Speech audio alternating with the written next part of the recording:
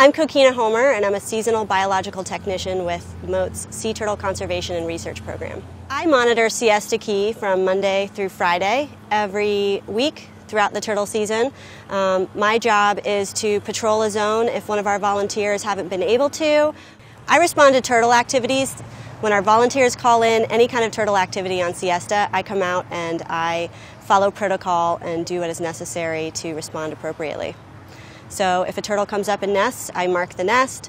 If a turtle is on the beach at a time when a turtle shouldn't be on the beach, we find out why and call the appropriate authorities. Sometimes that's our stranding department, sometimes the turtle is just a late nester, and we just take care of any issues that arise with any turtle activity on the beach on siesta. People will see different kinds of activities on the beach. They may see a crawl that has been flagged. If it's been flagged, they need to leave the flags on the beach so that we can come and respond to it appropriately. It's really important not to remove those flags. If they see that it has been staked and we've already responded to it, it's really important not to disrupt any of the habitat right around the nest, not to touch the stakes or do anything with any nesting marking items. If they do find a hatchling on the beach during any time of day, it's very important that they call us immediately and that they put the hatchling in a bucket with damp sand on the bottom. That is not wet sand, but sand that would be right underneath the surface level of sand, and then put a towel on it, keep it dark. Try to not to touch it after that, once it's been put in a bucket.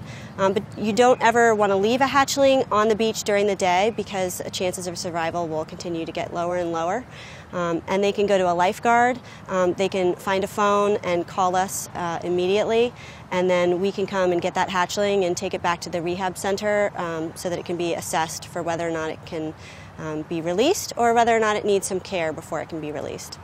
We really encourage people to stay away from the nests at night. It's really best to let Mother Nature take its course and allow those hatchlings to come out at night unmolested and alone, so that way they go to the brightest horizon, which should be the ocean.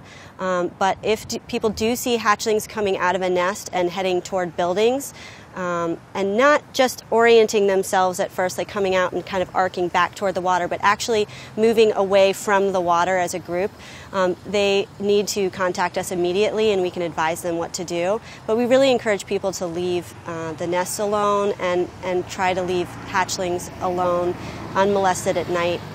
So really observe from a distance if you see something like that happening.